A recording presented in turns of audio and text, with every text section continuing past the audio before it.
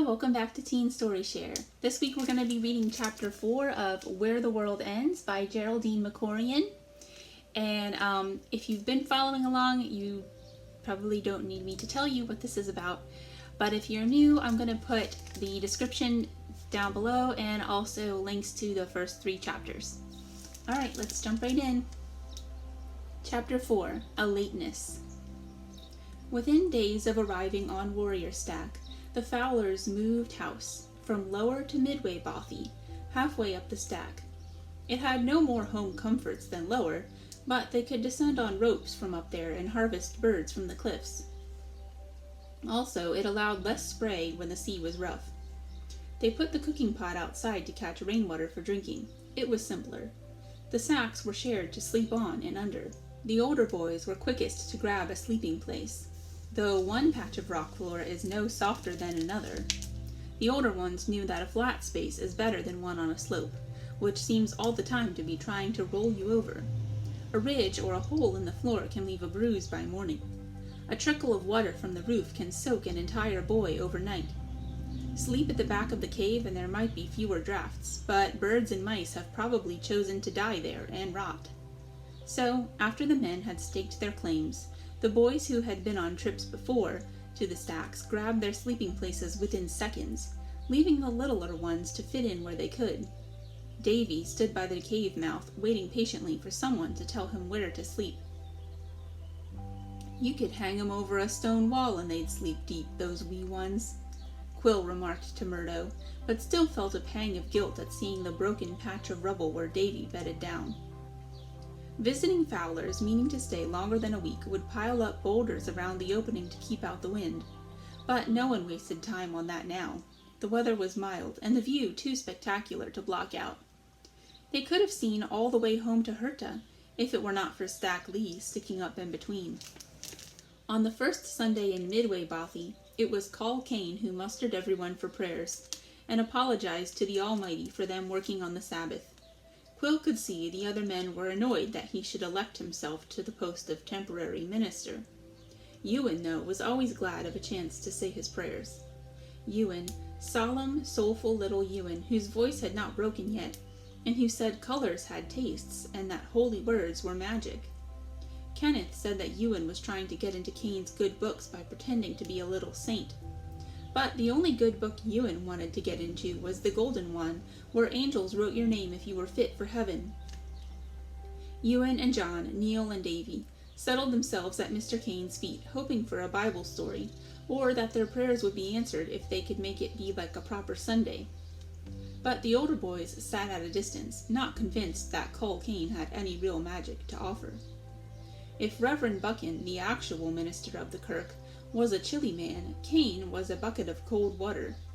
He called himself the minister's right hand, though in fact he was only the sexton, employed to dig graves, tend the manse vegetable plot, mend the roof, and clean the barn, which served as a kirk.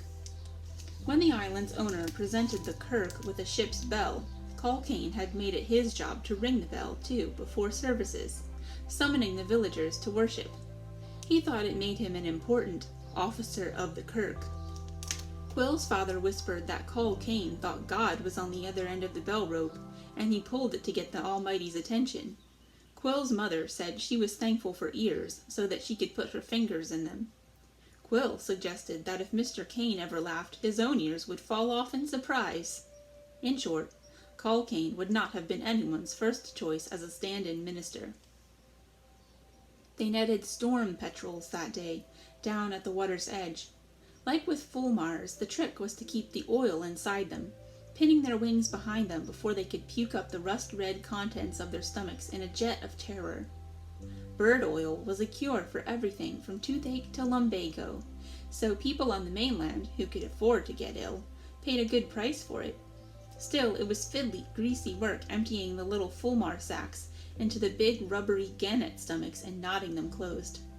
They were all glad when they could turn their attention in earnest to the most valuable birds of all, the gugas, the gannet chicks.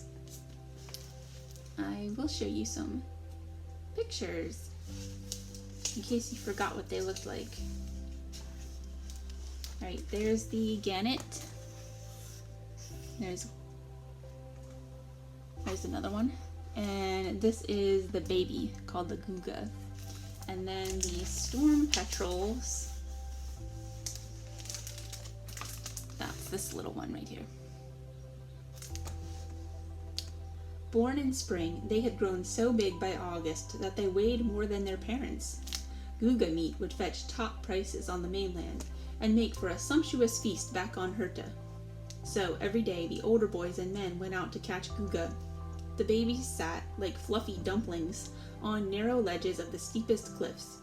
It seemed extraordinary that they did not roll off and plummet flightless into the sea, or bounce, bounce, bounce down the escarpments. To reach them, the older boys swung down the vertical cliffs, supporting their own weight on horsehair ropes looped under one thigh, and were pulled back up again by the men, the dead chicks hanging from their belts. During the daytime, they caught gannets. During the evening, they ate gannets. At night, their dreams were shot through with puffins and fulmar, and riddled with gannets. Murdo and Quilliam made a competition of the work, vying every day to see who could catch the most. They had been fowling together since they were first trusted to catch more birds than they scared away. They had passed muster on the same day, venturing out onto the terrifying Kissing Rock, high above a pounding ocean, bending to kiss the stone.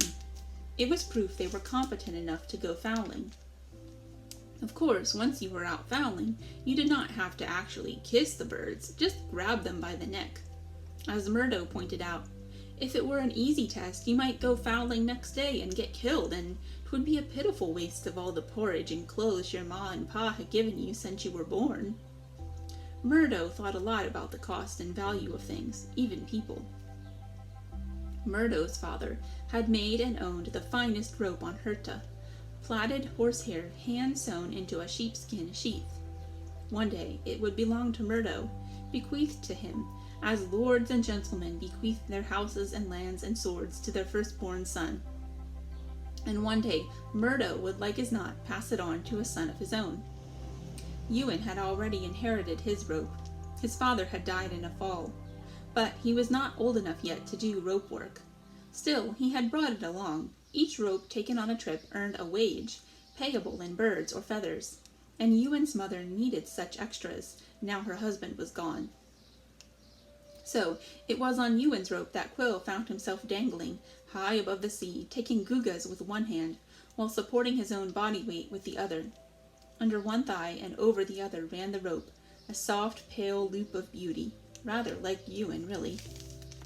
A worn-out pony saddle battened to the rim of the cliff kept the rope from getting cut or worn on the sharp cliff edge. That's actually really clever. Davy, for some reason, gave himself the job each day of lugging this saddle from the bothy to the cliff and watching Mr. Ferris fix it in place. "It is safe now, Quilliam," Davy would say, nodding earnestly, then rush off in his socks to join the younger boys plucking birds. There were upward of 80 clites on the stack, little towers built of rocks, where the dead birds were stored to dry. A clite keeps out all but the wind, and wind dries the birds inside almost as well as a smokehouse. Sitting with their backs to a clite, little huddles of boys would pluck away at the birds they had caught, stripping off feathers until the tower and the ground and the boys and the air were all downy white. The younger ones crammed the feathers into sacks until, day by day, weightless fluff became as heavy as bags of stones. Thanks to them, some day soon, a rich mainlander would sleep on a feather mattress stuffed with down that smelled not only of birds, but the fish those birds had eaten and the sea that had held those fish. The August dawns sliced their way cleanly through the horizon. The sunsets were feathery and pink. The brief nights were spark-filled with stars. But working from dawn till dusk meant 15 hours of fowling, climbing, plucking, strangling, netting, lugging, storing, rope mending, bottling, beach-combing for firewood, egg-gathering, puffin snaring, and the wicking of petrels. By the time the sun was at its highest, boys were falling asleep whenever they sat down, on ledges and cliff tops and scree slopes, and would have to be woken, for fear they might turn over in their sleep and fall to their deaths. Woken, too, to go back to work, gathering, snaring, plucking, storing. Still, there was satisfaction to be had from the numbers of feather-filled sacks, the bursting clites. Hard work plucked the hours and minutes out of the days, and the wind just blew them away. Soon they would be home on Hirta. 3 weeks and then a fourth. The boat would come when it could. Tides and winds would decide. Perhaps Hirta's one and only boat had scraped its hull against rocks, or developed a patch of wood rot. Some repair was needed. Maybe Callum's father had hurt himself and could not sail it. In that case, surely, Mr. Gilmore would come instead in the supply boat, since it must be time for another delivery of goods. Well, perhaps not. Perhaps there was no mail to deliver. Perhaps Parliament had not ordered any supplies. Mr. Kane marked 2 more Sundays with prayers and stout advice, then another. The boys dared not gripe, but the job of work on Warrior Stac began to feel less of an honor and more of an ordeal. Even Mr. Don, a stolid, implacable man, began to grunt and mutter to himself that he needed to get back to mending his roof while the weather was good. Mr. Ferris wanted to get back to his wife and babes. Quill stopped inventing reasons why Merdina Galloway might have stayed on in Hirta instead of going home. He was never going to see her again now, not ever. So he settled for wording imagined letters to her, dropping a mention here and there of the number of gugas he had taken, or about being King Gannet, or how much he missed her singing. In his imagination, Mr. Ferris did not even have to help with the spelling. In his imagination, Merdina wrote back. A team of boys and men who can work a sea stack for 4 weeks can work it for longer. Of course they can. No one dies of sleeping on a rock floor. They had plenty of birds to eat, to light their cave, and kindle their cooking fires. So what if they were dirtier now than their mothers would have liked? A little dirt helps keep you warm. They wanted to be going, were ready to get back to their dogs and ponies and sisters and, above all, the proper earth-dug toilets behind their house. But no one wanted to be the first to gripe, make himself sound puny. Only the sound of Davy, crying softly after the last glimmer of the cooking fire blinked out, kept Quill awake a while. That and the drip, drip, drip of water from the lip of the cave mouth. The gugas fledged and turned into adult birds, shrinking to the size of ordinary gannets. The summer sea darkened. "Why do they not come?" asked Callum, and everyone glared at him for saying out loud what they had been so scrupulously keeping to themselves. Callum had gouged open a hole everyone else had been trying to plug. "There will be a good reason," said Donald Don. "As soon as they can come, they will come," said Mr. Ferris. "We are in God's hands," said Mr. Kane, pompous as ever. "What if it's pirates?" blurted Neil. The words rushed out of him as if brigands were after them. The question lay unanswered. Neil never asked it a second time, not because it was ridiculous, but because the answer did not bear thinking of.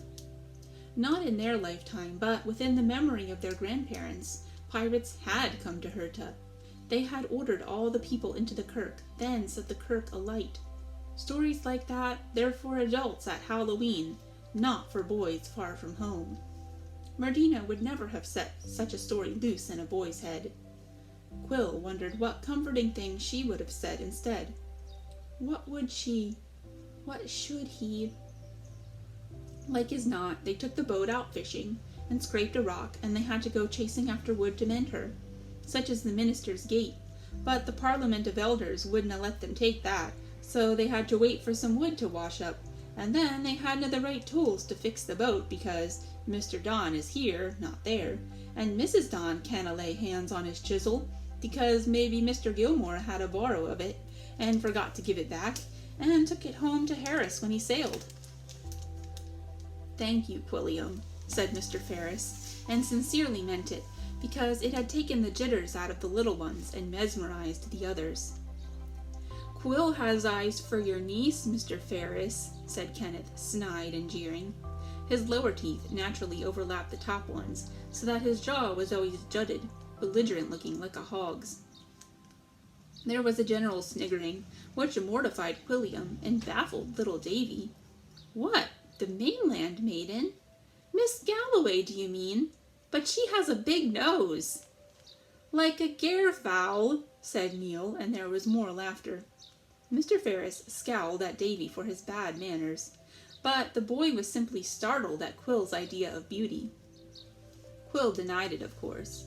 He absolutely denied having eyes for anyone, but Kenneth went on wearing that glinting smirk of his.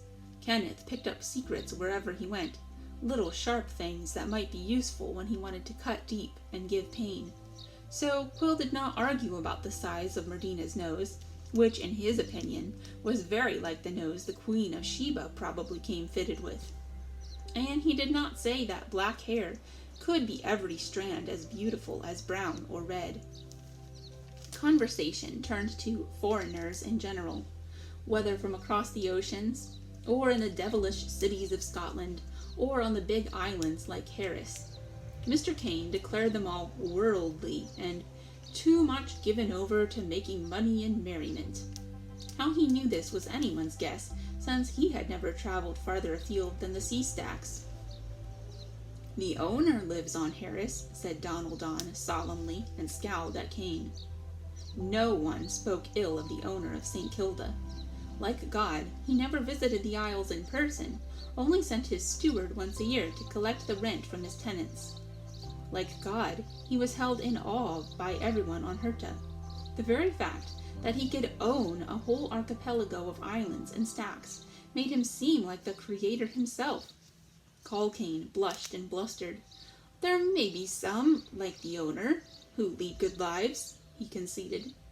Mr. Don looked over at Mr. Ferris and winked. At least there was no more talk that evening of why the boat had not come to pick them up. And a thing not talked about barely exists, doesn't it? "Have they forgotten us?" asked Davy as he helped Quill put the capping back on a plate. The little stone tower was full to the very brim with birds now. The ones at the bottom must already be dry enough to sell. "Have they, Quilliam? Have they forgotten us? Must we live here forever?" "Away with you, Ninny. Course not. They'll come tomorrow. Next day, maybe. Soon." Quill was weary of scouring about for explanations to soothe the fears of the littler boys.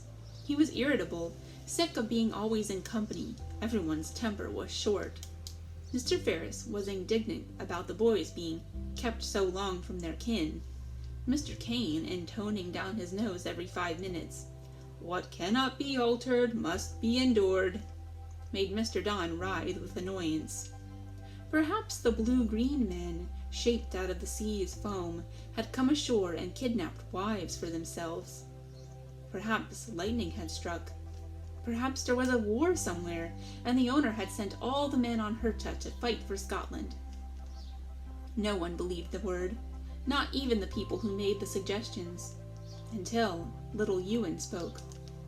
Mr. Kane was leading prayers. The bothy was lit with bird lanterns, the rigid, oily little bodies of dead storm petrels, threaded through with tarry wicks, and lit with Kane's precious tinderbox. They burned as brightly as any beeswax candle in a French chandelier, and would smolder right down to their feet before they went out. Quill had his eyes closed, but was not praying. Rather than listen to the drone of Mr. Kane's miserable voice, he was trying to conjure up the face of Merdina Galloway, for fear he'd forget it. Suddenly Ewan, seated in a low corner of the cave, jumped up, then gave a cry. The cry was followed by a general gasp. Everyone had looked around to see him, hand raised to his head, fall face first onto the floor. He lay like a dead thing. Mr. Ferris scuttled over to him, bent double. "He hit his head on the roof," said Neil, aghast. "Is he dead?" But Ewan stirred, turned over and stared about him, not at the people, but at the cave walls, as if pictures were painted there that only he could see. "I know," he said. "What do you know, boy?" Blood trickled furtively from Ewan's hairline, like an unthinkable thought escaping into the open. "They are all gone up." "Gone up where, boy? Who?" Mr. Kane made huffing noises at the interruption to his service. "They've been taken up, do you see?" said Ewan, blue eyes wide. "I seen it like a picture in my head. The end of the world, and everyone getting taken up to heaven to be judged. But we were not seen because we were in the rock, And now they're gone up, and we are left behind." His high, musical voice was both awed and terrified. No one laughed. Around them, on every crevice of the rock walls, headless petrels burned, the wicks encircled by halos of flame, as though a band of skinny little angels was peering down at them. They made it easy to believe the unbelievable. God had decided to end the world. The last days had come. A golden trumpet had sounded, and sent God's angels down to earth to fetch all the good people home to heaven and pack off all the bad people to hell. The angels had visited Hirta because it was big and green and had houses on it. But they had never thought to look on the stacks because the stacks were only lumps of rock sticking out of the sea. And who lives on a rock, apart from limpets and birds? Not people. Not men and boys sheltering in a rock crevice. So, by accident, the fowling party had been left behind in an empty world. Neil, Davy, and Lachlan ran outside into the near darkness of a rainy day and began shouting up at the sky, "We're here! Look, we're here! Pull up! Pull up!" It was the shout of fowlers who have finished a day's rope work. "Pull up! Pull up!" The pricking rain made their faces twitch. The rest of the boys hesitated. "Is that right, Mr. Kane?" asked half a dozen voices, because, for all he was a pompous and dismal man, Col Kane was the closest thing they had to a minister on the stack. "Is Ewan right?"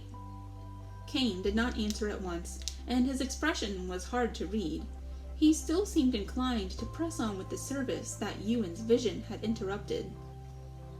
He did not like the boy, Ewan, who showed a tendency to mysticism and prettiness that was none too Presbyterian. The noise of hysteria outside the cave made Kane pucker his bushy eyebrows. He wiped the corners of his mouth where spittle tended to cling.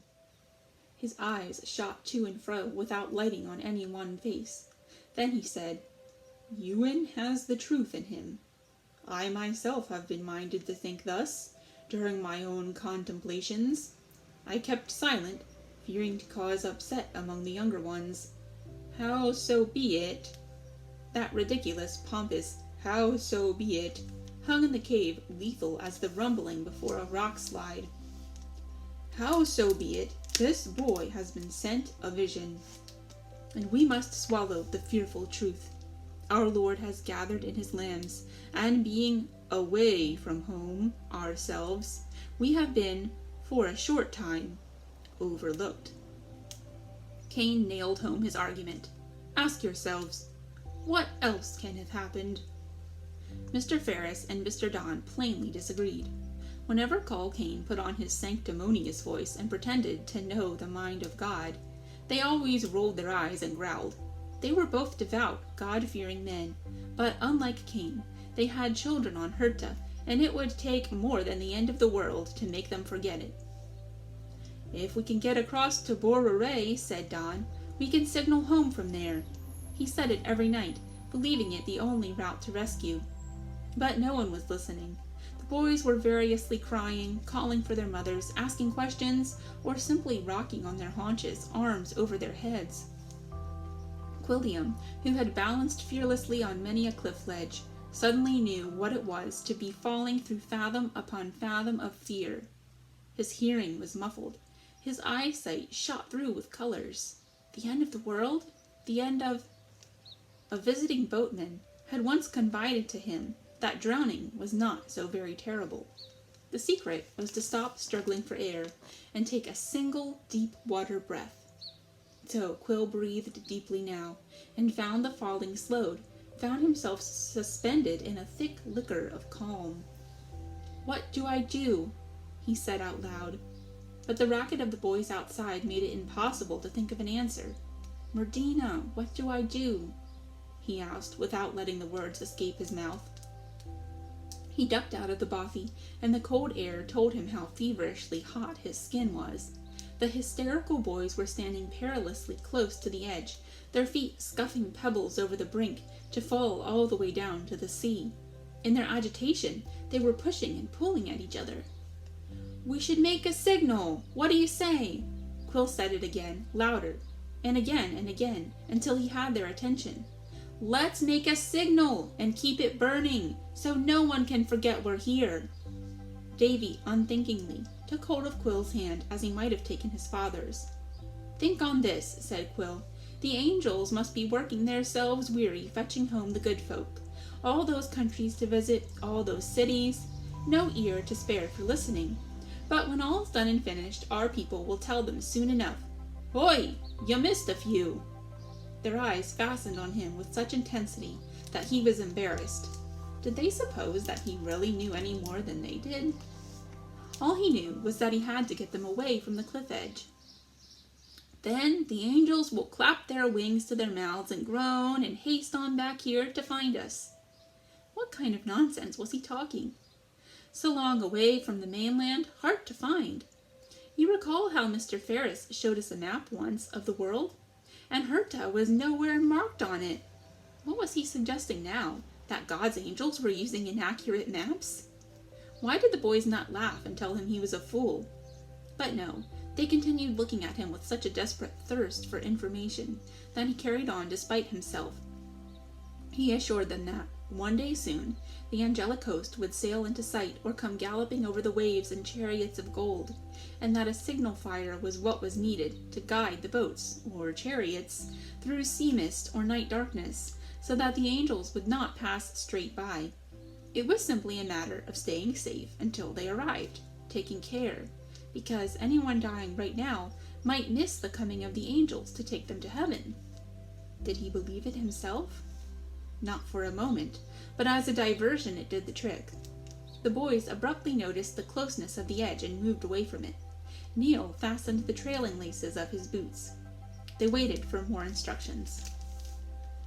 "Lachlan, go and ask Mr. Kane if we can use the tinderbox," said Quill. But Lachlan came back without it. "Mr. Kane said I couldn't be trusted, so I brought this."